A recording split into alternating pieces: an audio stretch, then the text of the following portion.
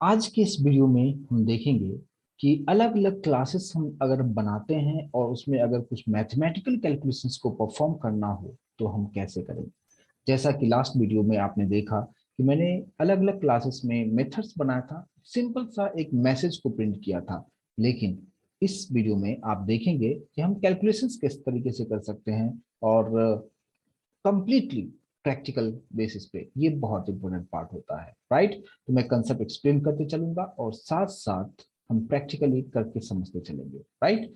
चलिए, तो मैं यूज कर रहा हूँ नोटपैड प्लस प्लस, आप कोई भी एडिटर आप यूज कर सकते हैं। तो सबसे पहले मैं यहाँ पे एक क्लास ले लेता हूँ। क्लास का नाम सपोज मान लो कि मैंने ए दे दिया है, राइट। चलिए ठीक है, और इसके अंदर मैं एक मेथड बनाता हूँ। पब्लिक वॉइड मेथड का नाम सपोज मैंने जस्ट एक हेलो नाम का एक मेथड मैंने दे दिया। लेकिन जिस तरीके से लास्ट वीडियो में आपने देखा होगा कि वहां पे हमने क्या रखा था कि हेलो जस्ट हमने ब्लैंक रखा था। ये जो ब्रैकेट साइन जो है ये कंप्लीटली एम्प्टी मैंने यहाँ पे लिखा हुआ था लास्ट वीडियो सेशन में। लेकिन अभी हम इसके अंदर भी कुछ वेरिएबल्स का डिक्लेरेशन करेंगे। तो किस तरीके से वेरिएबल का डिक्लेरेशन करेंगे, जैसे कि मान लीजिए मैंने यहाँ पे लिखा integer X comma integer Y. इस बात पे आपको ध्यान देना यह है कि जैसे नॉर्मली आप अभी तक जो हम पहले हम देख रहे थे कंसेप्ट जहाँ पे वेरिएबल का डिक्लेरेशन होता था, उस वक्त हम लोग कैसे करते थे। जब भी आप वेरिएबल का डिक्लेरेशन करते थे तो हम लोग एक साथ integer X comma Y comma Z कुछ इस तरीके से कॉमन डिक्लेरेशन हम लोग करते थे।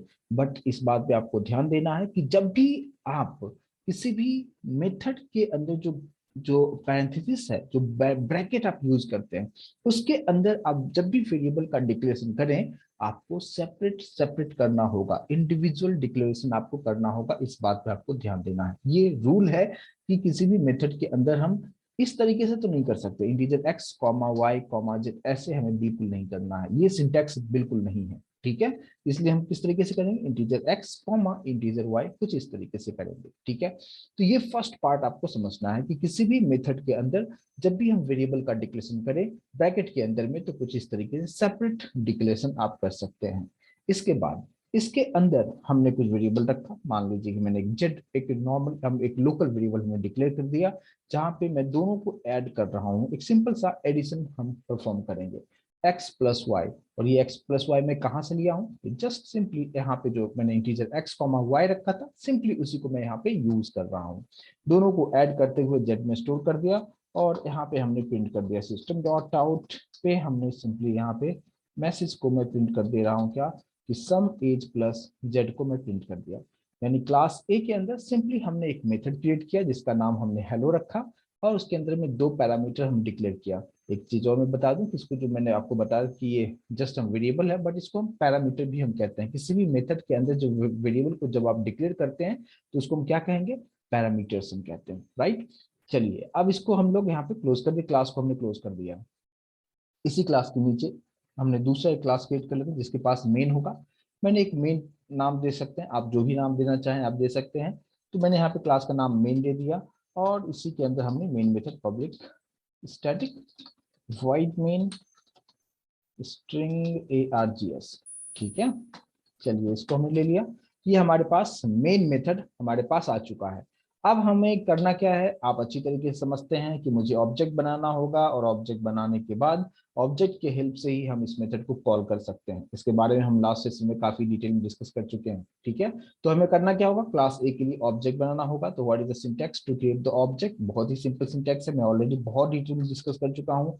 क्लास ए के लिए हम किस तरीके से ऑब्जेक्ट बनाएंगे, ए ऑब्जेक्ट का नाम आप कुछ भी दे सकते हैं, इक्वल्स टू न्यू, और कुछ इस तरीके से आपको यूज करना है। ये हमने एक क्लास के लिए ऑब्जेक्ट क्रिएट कर लिया, and with the help of AO, object का नाम हमने रखा है एओ, उसमें डॉट ऑपरेटर यूज करते हुए मेथड को कॉल करना है। और मेथड जो हमने बनाया है वो हमने बनाया है हेलो नाम का मेथड हमने क्रिएट किया है। बट इस बात पे आपको ध्यान देना होगा कि हमने हेलो को जब कॉल करेंगे तो ब्रैकेट के अंदर अगर दो पैरामीटर हमने डिक्लेयर किया हुआ है, तो आपको दो वैल्यू आपको देना पड़ेगा। यानी यहां से आपको दो वैल्यू असाइन यहां से सेंड करना पड़ेगा। तो हमने यहाँ पे सपोज 10, 20 कुछ इस तरीके से हमने दे दिया 10, 20। तो ये जो 10 है ये असाइन होगा कहाँ पे, इंटीजर एक्स में जाके स्टोर हो जाएगा। 20 जो है इस वाई में जाके स्टोर हो जाएगा। और फिर इसके अंदर में जो भी चीजें हमने कैलकुलेशंस आप करेंगे, उस कैलकुलेशंस को ये बहुत ही अच्छी तरीके से परफॉर्म करके आपको आंसर आपको दिखा देगा। बस सिंपल सा इतना कहानी समझना है। यानी किसी भी मेथड को कॉल करते वक्त आपको इस बात पे ध्यान देना है कि आपने यहाँ पे ब्रैकेट के अंदर में जो कुछ भी आपने वेरिएबल आपने डिक्लेयर किया है, उसका जो पैरामीटर्स है, इंटीजर में है किस में है, उसके अकॉर्डिंगली आपको यहाँ से वैल्यू पास करना होगा। यहाँ पे अगर दो पैरामीटर अगर हमने रखा हुआ है तो हमें दो वैल्यू कंपलसरी तौर पे हमें पास करना जरूरी है, राइट। लेकिन आप में आपको ऐसा भी लग रहा होगा कि अगर हम ऐसा नहीं करें, मतलब क्या कि अगर इंटीजर एक्स है, हमने सिर्फ एक हमने दो वेरिएबल यहाँ पे डिक्लेयर किया हुआ है, यानी दो पैरामीटर्स है, हम क्या एक भी वैल्यू पास कर सकते हैं क्या? ऐसा भी हो सकता है, आगे के सेशन में डिस्कस करेंगे, राइट। फिलहाल अभी एज ए बिगनर्स अभी आप जस्ट समझिए कि अगर हमारे पास दो पैरामीटर्स है तो कंपलसरी तौर पे हमें दो वैल्यू यहाँ से पास करना होगा, ठीक है। चलिए, तो ये तो मैंने हो गया कि फंक्शंस को हमने, जो मेथड हमने बनाया इसको हमने कॉल भी कर दिया।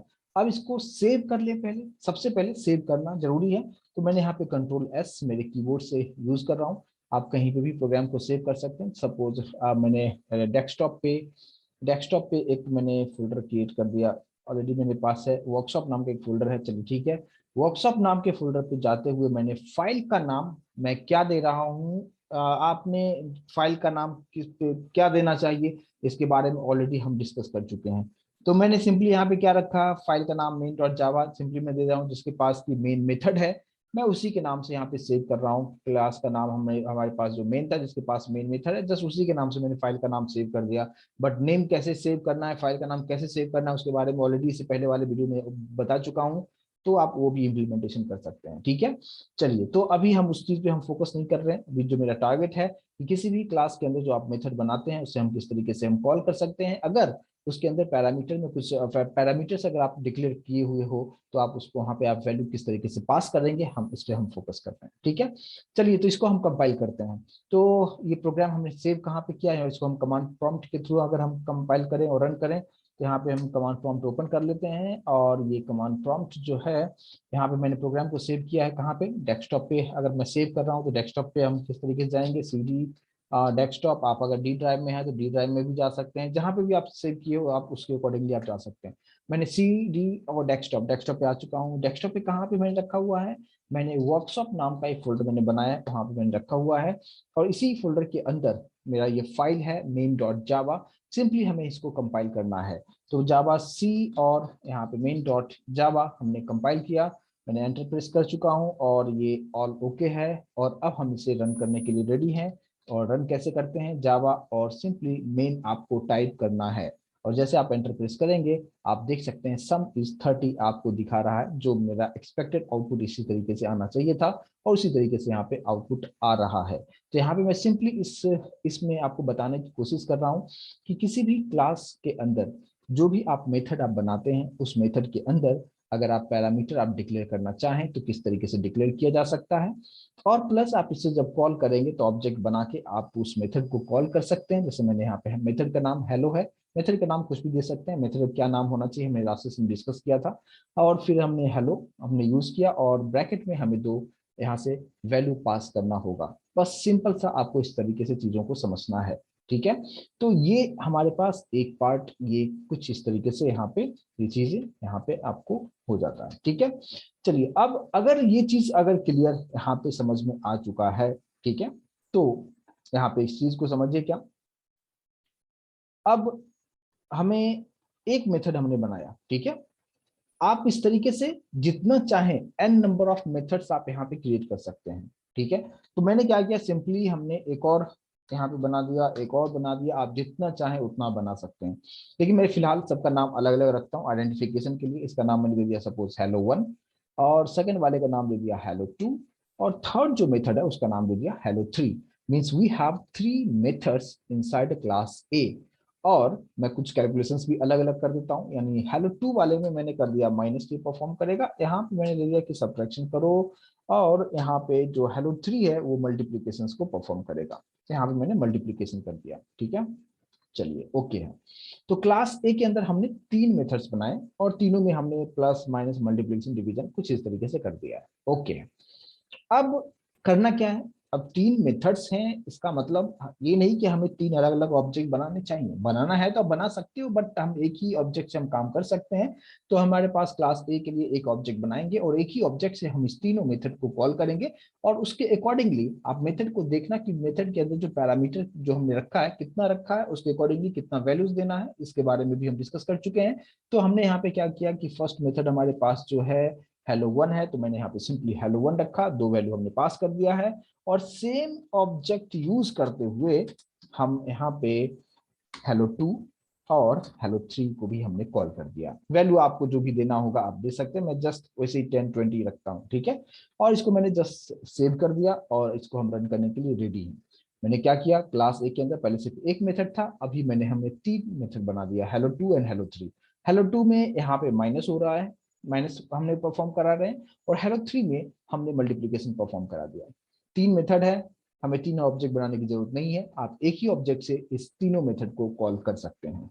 तो हमने यहाँ पे सिंपली एक ऑब्जेक्ट बनाया, ऑब्जेक्ट का नाम दिया एओ, और उसी की हेल्प से hello one hello two hello three को कॉल कर दिया।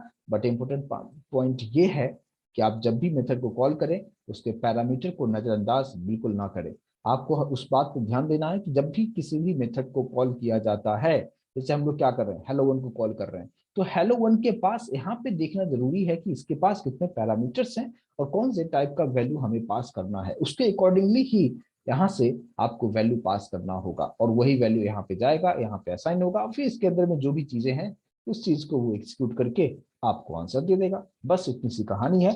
इसको हम सेव कर लेते हैं और कमांड प्रॉम्प्ट मिनिमाइज करके रखिए ताकि आप हर बार इतना कहानी लंबा लिखना ना पड़े, और सिंपली आप कंपाइल कीजिए। यहाँ पे मैंने जावा सी मेन डॉट जावा कंपाइल करते हैं, देखते हैं सब कुछ ओके है क्या, और सब कुछ ओके है, और रन करके देखते हैं। जावा मेन एंटर करते हैं, सम is 30, subtraction is -10, multiplication is 200। बिल्कुल इसी तरीके से मुझे आउटपुट चाहिए था, और हमें आउटपुट इसी तरीके से यहाँ पे मिल रहा है। यहाँ पे कोई प्रॉब्लम नहीं होना चाहिए। आई होप ये चीज अच्छी तरीके से समझ में आया होगा। ये क्लास के अंदर आप जितना चाहें उतना मेथड्स बना सकते हैं, मेथड्स को कॉल करने के लिए पैरामीटर्स पे ध्यान देना जरूरी है। तो इसको भी हमने यहाँ पे पार्ट ये 2 जो है यानी सेकंड प्रोग्राम क्लियर हो गया होगा। अब बात करते हैं कि अब इसमें और क्या किया जा सकता है। अभी हमने जो कुछ भी किया है, एक ही क्लास के अंदर तीनों मेथड्स को हमने बना दिया है, लेकिन अगर आप चाहें तो अलग अलग क्लासेस बना सकते हैं, राइट। और क्लास ए के अंदर में हेलो वन है, क्लास बी के अंदर में हेलो टू है, क्लास बी को हम क्लोज कर देते हैं, करली करली ब्रेसेस आपको ध्यान देना है अच्छी तरीके से। क्लास बी के अंदर में हमने जो कुछ भी रखा है इसको अच्छी तरीके से आप यहाँ पे क्लोज कर दिया है, चलिए ठीक है। और क्लास सी भी हमने रखा है, और क्लास सी के अंदर में हेलो थ्री है। अब कैसे होगा, अब आपको ये सिंपली समझना है कि जिस क्लास के अंदर में जो मेथड है, आपको पर्टिकुलर जैसे सी क्लास के अंदर की बात करेंगे, यानी सी क्लास के अंदर में हमने हेलो थ्री बनाया है, मेथड का नाम हेलो थ्री है। सो अगर हेलो थ्री मेथड को अगर आप कॉल करना चाहते हैं तो आपको क्लास सी के लिए ऑब्जेक्ट बनाना पड़ेगा। मींस पहले की तरह नहीं होगा कि आप एक ही क्लास के अंदर में था तो हमने सिर्फ ए के लिए ऑब्जेक्ट बनाया था, तीनों को एक्सेस कर लिया था, नहीं। अब आपको 3 अलग अलग क्लासेस हैं, class A, class B and class C. इसका मतलब क्या कि आपको तीनों क्लास के लिए सेपरेट सेपरेट ऑब्जेक्ट बनाना होगा। मीन्स क्लास ए के लिए, बी के लिए एंड सी के लिए, और फिर उसके रिस्पेक्टिव ऑब्जेक्ट से ही आप उसके पर्टिकुलर मेथड को कॉल कर सकते हैं। ऐसा यहाँ पे बिल्कुल नहीं होगा कि हम ए के ऑब्जेक्ट से हम बी को कॉल कर लें, बी के ऑब्जेक्ट से ए को कॉल कर लें। ऐसा फिलहाल तो हम नहीं कर सकते, बट आगे के सेशन में हम देखेंगे, जब हम रिलेशनशिप हम देखेंगे कि एक क्लास को दूसरे क्लास के साथ कैसे हम लिंकिंग करेंगे, जहाँ पे कंसेप्ट आ जाता है क्या रिलेशनशिप, जहाँ पे इनहेरिटेंस का बात होता है, वहां पे ये सब चीजें हम बिल्कुल कर सकते हैं। बट फिलहाल यहाँ पे हम सेपरेट सेपरेट सभी के लिए ऑब्जेक्ट बनाएंगे, और कंफ्यूजन की बात बिल्कुल नहीं होना चाहिए। जैसे हेलो वन को एक्सेस करना है आप ए के लिए ऑब्जेक्ट बनाए, हेलो टू को कॉल करना है आप बी के लिए ऑब्जेक्ट बनाए, हेलो थ्री को कॉल करना है आप सी के लिए ऑब्जेक्ट बनाए। क्लियर होगा। चलिए, तो ए के लिए ऑब्जेक्ट ऑलरेडी हमारे पास में है, बी के लिए हमने ऑब्जेक्ट बना दिया। बी का ऑब्जेक्ट का नाम आप कुछ भी दे सकते हैं, मैंने जस्ट मीनिंगफुल नाम दिया बी ओ, मतलब बी का ऑब्जेक्ट। क्लियर होगा। और उसी तरीके से हमने सी के लिए हमने ऑब्जेक्ट हमने बना दिया। अब यहाँ पे हमें क्या करना होगा, A O dot hello one okay है। अगर आप जस्ट चेक करना चाहते हैं कि अगर मैंने सिर्फ एक ही ऑब्जेक्ट से हेलो टू और हेलो थ्री को भी कॉल करें क्या होगा रन, क्या नहीं होगा, राइट, क्योंकि मैंने आपको बताया कि अगर अलग अलग क्लासेस है तो आपको अलग अलग ऑब्जेक्ट भी बनाना होगा। तो क्या ऐसा होगा, चलो लेट्स ट्राई करके देखते हैं, कंपाइल करके देखते हैं क्या होगा, है ना। होगा तो नहीं, बट आप देख लो, आपको भी थोड़ा सा सेटिस्फेक्शन होगा कि हाँ ऐसा नहीं हो सकता। अब जैसे हमने यहाँ पे कंपाइल करते हैं, क्या हुआ आप देख सकते हैं, आपको यहाँ पे दिखा रहा है क्या, एरर लाइन नंबर 33 में, can not find symbol AO dot hello two, है ना। तो एओ जो है ऑब्जेक्ट किसका है, ए का। तो ए के ऑब्जेक्ट से हेलो टू को कॉल कर रहे हो, तो वो उसको समझ में नहीं आ रहा है कि हेलो टू तो क्लास ए में है नहीं, इसलिए यहाँ पे सिंपली बताया क्या, can not find symbol. Exactly उसी तरीके से आपको यहाँ पे भी, आप नीचे भी अगर देखोगे हेलो थ्री में भी वही कहानी आपको एरर दिखा रहा है। तो इस बात पे आपको ध्यान देना है कि जो क्लास है और जिस क्लास के मेंबर को एक्सेस करना है उसी क्लास के लिए फिलहाल हम ऑब्जेक्ट हम बनाएंगे। तो ऑब्जेक्ट तो हम सब का बना चुके हैं, ए के लिए बना दिया ए ओ, और फिर हम यहाँ पे बी का ऑब्जेक्ट है बी ओ, सी का ऑब्जेक्ट है सी ओ, बस कहानी खत्म। अब आउटपुट में कोई डिफरेंस नहीं आएगा, आउटपुट एग्जैक्टली उसी तरीके से आने वाला है आपका। ठीक है, अब आप देखिए, अभी इसको हम कंपाइल करते हैं, जावा सी मेन डॉट जावा कंपाइल करते हैं, और आपको बिल्कुल सही है सब कुछ, कोई प्रॉब्लम अभी नहीं आ रहा है, और इसको हम रन करके देखते हैं। देख सकते हैं आप, सम इज 30, उसी तरीके से आउटपुट आपको एग्जैक्टली उसी तरीके से आ रहा है। आप एक ही क्लास के अंदर में मल्टीपल मेथड्स को रख सकते हैं, या आप सेपरेट सेपरेट क्लासेस बना के भी काम कर सकते हैं। लेकिन हमेशा रिकमेंडेशन ये होता है कि आप अलग अलग क्लासेस में काम करें, ज्यादा आसान होगा। जब आप आगे के प्रोजेक्ट्स में आप जब काम करेंगे, तो सभी हर एक पर्टिकुलर चीजों के लिए आप सेपरेट सेपरेट क्लास बना के काम करते हैं, तो आपके लिए बहुत आसान होगा। और कभी भी कुछ भी एडिट करना होगा, बहुत ही इजी तरीके से आप उस चीज को आप एडिट कर सकते हैं। क्लियर है। चलिए, तो ये पार्ट तो आई होप कि ये कंसेप्ट समझ में आ गया होगा कि एक ही क्लास के अंदर आप जितना चाहें उतना मेथड्स बना सकते हैं, अलग अलग क्लासेस भी जितना चाहें उतना आप अलग अलग क्लासेस भी बना सकते हैं। ठीक है, चलिए, तो एक सिंपल सा मैं यहाँ पे कैलकुलेशन हम लोग कर रहे हैं और उस चीज को समझने की कोशिश कर रहे हैं। अब यहाँ पे एक चीज हम देखें क्या, कि अगर हमें इस केस में यूजर से कुछ इनपुट लेना हो रन टाइम में, तो हम कैसे ले सकते हैं। जैसे कि अगर आप देखें कि अभी जो मैंने जो वैल्यू दिया है 10 20, एज ए प्रोग्रामर खुद से मैंने वैल्यू दे दिया है, लेकिन मुझे यूजर से दो इनपुट चाहिए, और उसी इनपुट का मुझे एडिशन सब्ट्रैक्शन मल्टीप्लीकेशन अगर ऐसा करना हो तो कैसे किया जा सकता है, आप जानते हैं अच्छी तरीके से। उसके लिए हम क्या यूज कर सकते हैं, बफर्ड रीडर भी एक क्लास होता है, हम यूजर से इनपुट लेने के लिए यूज हम कर सकते हैं। एक स्कैनर क्लास होता है, राइट। तो इस सब चीजों के बारे में ऑलरेडी हम डिस्कस कर चुके हैं। तो आपको सिंपली करना क्या है, अगर हमें सपोज हमें यूज करना है स्कैनर क्लास, तो हम लोग इंपोर्ट कर लेंगे, import Java dot यूटिल dot scanner, right. और स्कैनर एक इनबिल्ट क्लास है, क्या है हम ऑलरेडी डिस्कस कर चुके हैं। अब यहाँ पे स्कैनर के लिए आपको ऑब्जेक्ट बना लेना है, और यहाँ पे हम सिस्टम डॉट इन लिखते हैं, और फिर आप सिंपली आप यहाँ पे मान लो कि आप दो वेरिएबल डिक्लेयर कर लो, ए एंड बी हमने डिक्लेयर कर लिया, ठीक है। और यूजर को समझने के लिए कुछ मैसेज डाल दें यहाँ पे, कि सिस्टम डॉट आउट के अंदर हमने यहाँ पे एक मैसेज डाल दिया, और मैसेज क्या रखा कि एंटर टू वैल्यूज, ठीक है। कुछ इस तरीके से हमने यहाँ पे मैसेज डाल दिया कि एंटर टू वैल्यूज। अब यूजर दो वैल्यू देगा, एक वैल्यू को मैंने ए में स्टोर कर देंगे यहाँ पे कुछ इस तरीके से, और B equals to SO dot next int. अच्छा, ये सब चीजें क्या है, नेक्स्ट इंट क्या है, सिस्टम डॉट इन क्या है, स्कैनर क्या है। आई होप कि आप अच्छी तरीके से स्टेप बाय स्टेप सभी चीजों को फॉलो अप कर रहे हैं, राइट। तो यहाँ मैं स्कैनर के बारे में एक्सप्लेन नहीं करूंगा, स्कैनर के बारे में ऑलरेडी मैं कंप्लीट एक वीडियो स्कैनर का सेपरेट वीडियो बना के दे चुका हूँ। चलिए, तो ये हमारे पास हो चुका है कि यूजर जो भी इनपुट देगा, ए और बी में जाके वैल्यू स्टोर हो जाएगा, और वही वैल्यू जब हम मेथड को कॉल करेंगे, अभी जो केस है हमारे पास, मेथड का नाम है hello1 hello2 एंड hello3, बस उसी में हम जहाँ पे वैल्यू पास किया करते थे, वहां पे हम लोग a कॉमा बी पास कर देंगे, बस इतना सा काम करना है। यहाँ पे भी मैंने क्या लिख दिया, a कॉमा बी पास कर दिया, यहाँ पे भी मैंने क्या कर दिया, a कॉमा बी पास कर दिया। तो जैसे ये प्रोग्राम रन होगा, तो सबसे पहले क्या होगा, यूजर से दो इनपुट लिया, वो वैल्यू कहाँ जाएगा, ए और बी में जाके असाइन हो गया, और वही जो असाइंड है ए और बी की वैल्यू मैंने hello1 को दे दिया, कि चलो भाई ये वैल्यू जो है ए और बी है, इसको लो और ऊपर जाके इस एक्स और वाई को दे दो, इसके अंदर में जो कैलकुलेशन है करो, और हमें आउटपुट चाहिए, दैट्स इट।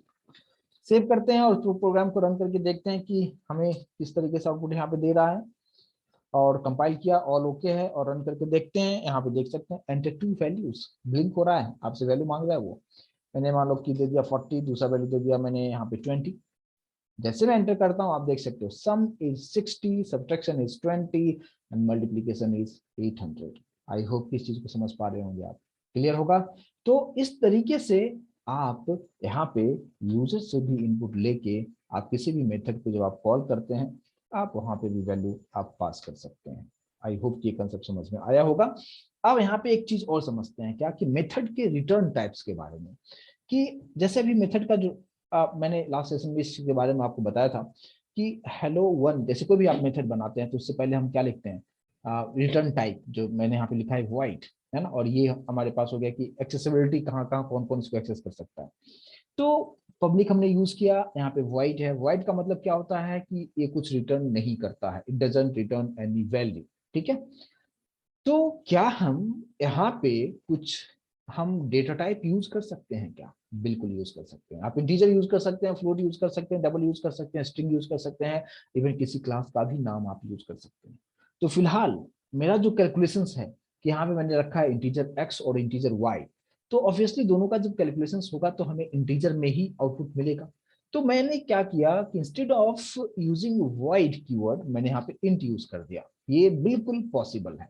यानी ये जो इंट वॉइड यहाँ पे जो कुछ भी यहाँ पे लिखा हुआ है इसको हम क्या कहते हैं, मेथड का रिटर्न टाइप होता है। कि ये जब मेथड कॉल होगा तो ये कौन सी टाइप की वैल्यू को रिटर्न करके आपको देगा। तो इंटीजर है, it means it will return some value in integer. और अगर यहाँ पे यहाँ पे पहले हमने क्या लिखा हुआ था, वॉइड। वॉइड का मतलब क्या, ये कुछ रिटर्न नहीं करता था। तो अब यहाँ पे इस प्रोग्राम में हम क्या चेंजेस करेंगे और किस तरीके से करेंगे, जब भी आप इंटीजर लिखते हैं मींस अदर देन वॉइड, अगर वॉइड जैसे पहले में लिखा हुआ था, वॉइड को छोड़ दो आप, उसके अलावा अगर आप इंटीजर लिखा, फ्लोट लिखा, डबल लिखा, स्ट्रिंग लिखा, उस वक्त आपको इस बात को ध्यान रखना है कि उसमें कंपलसरी तौर पे रिटर्न कीवर्ड यूज करना कंपलसरी है। अगर आप मिस करते हैं कंपाइल टाइम में आपको एरर दिखा देगा, ठीक है। तो हम कैसे करेंगे यहाँ पे रिटर्न, मान लो कि मुझे चाहिए कि हेलो वन अगर कॉल होता है तो मुझे रिटर्न जो मिलेगा एक्स और वाई को ऐड करके मिलना चाहिए। तो अब यहाँ पे जो जेड में जो पहले मैं स्टोर कर रहा था, मैं सिंपली यहाँ पे लिखता हूँ रिटर्न एक्स प्लस वाई। जैसे हेलो वन कॉल होगा it will return X plus Y. और ये सिस्टम वाला जो कहानी है यहाँ से मैं हटा देता हूँ, बस कुछ इस तरीके से। सेम उसी तरीके से यहाँ पे भी मैंने कर दिया। यहाँ पे भी जो वॉइड था, वॉइड की जगह पे जस्ट इंटीजर लिख दिया। और यहाँ पे भी मैंने बोला क्या कि रिटर्न लिखना जरूरी है। अगर आप इंटीजर लिखते हो इसका मतलब रिटर्न टाइप में इंटीजर आप लिखते हो, वॉइड के अलावा कुछ भी, मतलब आपको सिंपल आप समझना है कि आपको रिटर्न कीवर्ड्स तो यूज करना ही पड़ेगा। सेम उसी तरीके से यहाँ पे भी मैं रिटर्न लिखता हूँ, बट रिटर्न अगर आप लिखते हैं तो यहाँ पे इंटीजर आपको लिखना पड़ेगा। अच्छा, इंटीजर ही क्यों लिखा मैंने, क्योंकि दोनों इंटीजर में है तो ऑब्वियसली कैलकुलेशन होके जो आएगा वो इंटीजर में ही आएगा, इसलिए मैंने इंटीजर लिखा।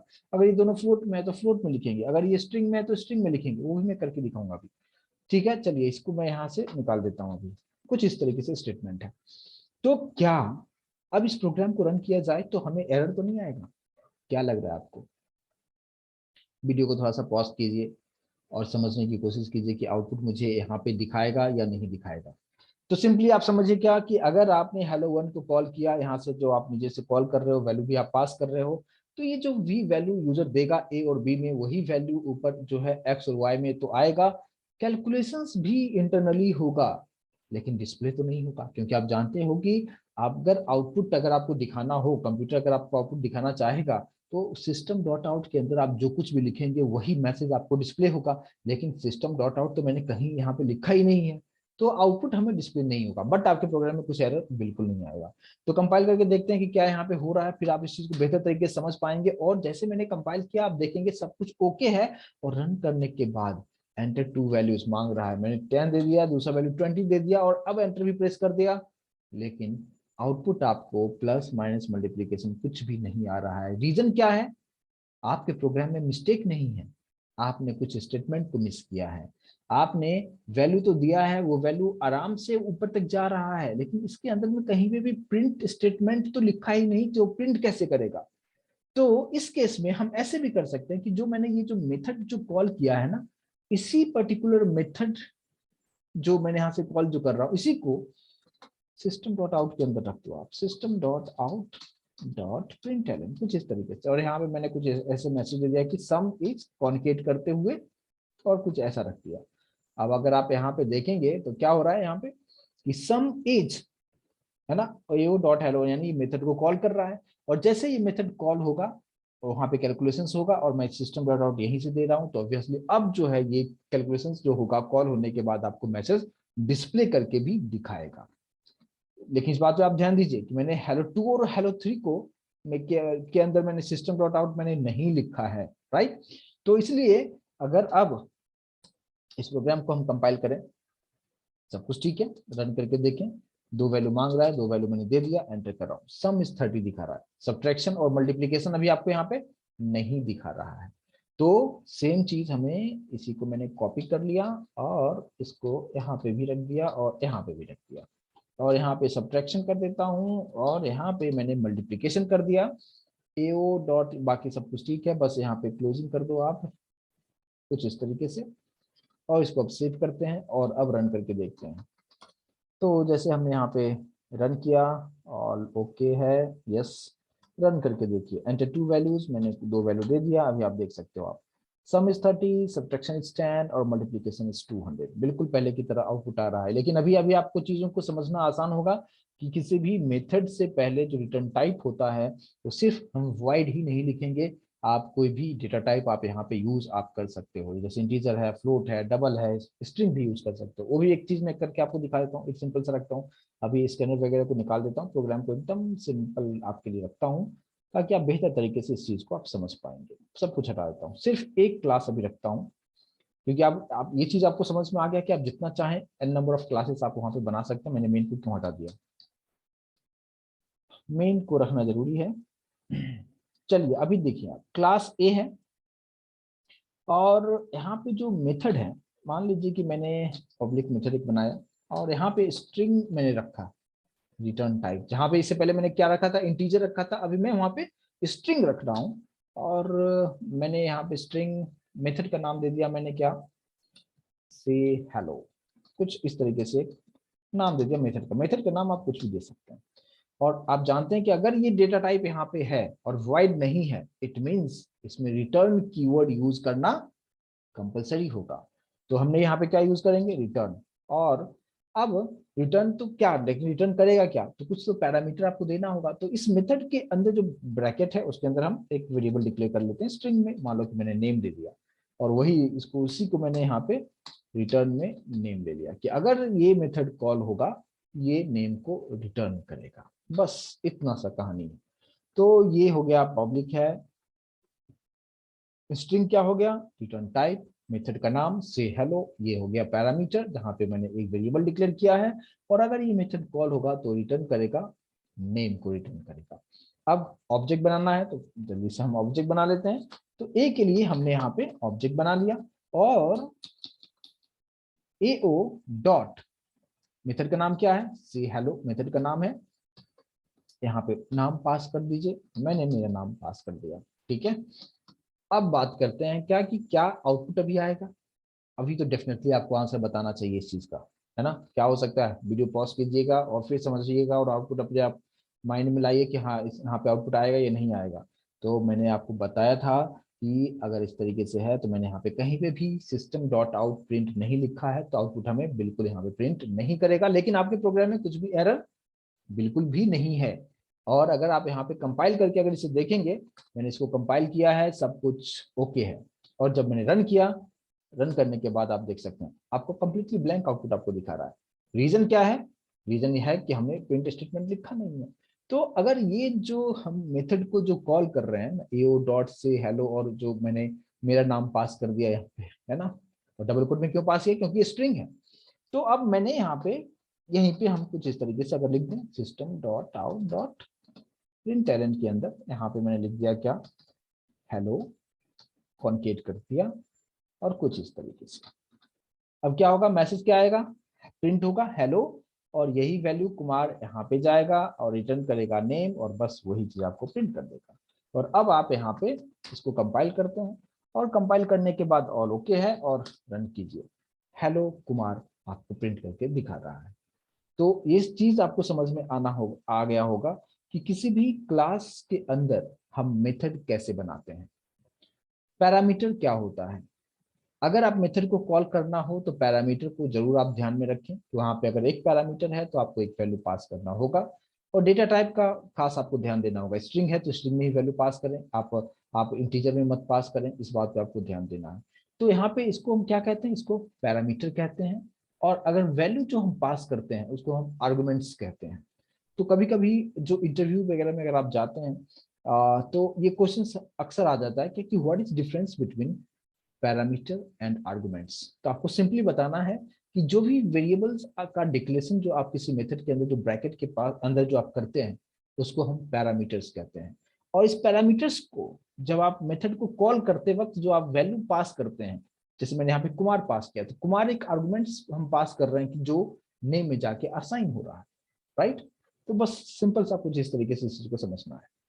तो ये मैंने आपको इस वीडियो सेशन में मैंने आपको ये बताने की कोशिश किया कि आप अलग अलग क्लासेस कैसे बनाएंगे, उसके अंदर कुछ मैथमेटिकल कैलकुलेशंस करना हो तो कैसे कर सकते हैं। इवन आप कुछ भी कर सकते हैं, अभी तक इससे पहले जो कुछ भी आपने सीखा है हर चीज को, जैसे आप लूप आपने सीखा है, एरे आपने सीखा है, बहुत सारे पैलिंड्रोम नंबर्स क्या होता है, कुछ भी प्रोग्राम को इस तरीके से कर सकते हैं। मैं एक छोटा सा एक करके आपको दिखा दूं। जैसे मान लीजिए कि मैंने यहाँ पे रिटर्न टाइप नहीं रखता हूँ, सिंपल सा प्रोग्राम को रखता हूँ, मान लीजिए वाइट हेलो ही नाम दे दिया, ठीक है। अब इसके अंदर मैं चाहता हूँ क्या कि कुछ मुझे एक प्रिंट करना है, सपोज फॉर लूप का एक कोई भी सिंपल सा एक नंबर प्रिंट करना है या तो कोई टेबल्स प्रिंट करना है। तो मैंने सिंपली यहाँ पे क्या रखा, मान लो कि इसके अंदर मैंने एक डायरेक्टली फॉर लूप रखा, इंटीजर आई इक्वल्स टू दे दिया 1, I is less than equals to 10, I plus plus, simple सा मैं एक नंबरिंग जो है वो प्रिंट करके आपको यहाँ पे दिखाना चाहूंगा। तो यहाँ पे अभी तक आपने जो कुछ भी सीखा हर चीज को आप यहाँ पे आप यूज कर सकते हो इसके अकॉर्डिंगली। तो क्लास ए के अंदर हमने यहाँ पे एक हेलो नाम का मेथड बनाया जो कि फॉर लूप को एग्जीक्यूशन दे रहा है। अब यहाँ पे आप सिंपली कुछ इस तरीके से इसको रखें, हमने ऑब्जेक्ट बनाया हुआ है और सिंपली ऑब्जेक्ट का नाम डॉट हेलो मेथड को कॉल कीजिए।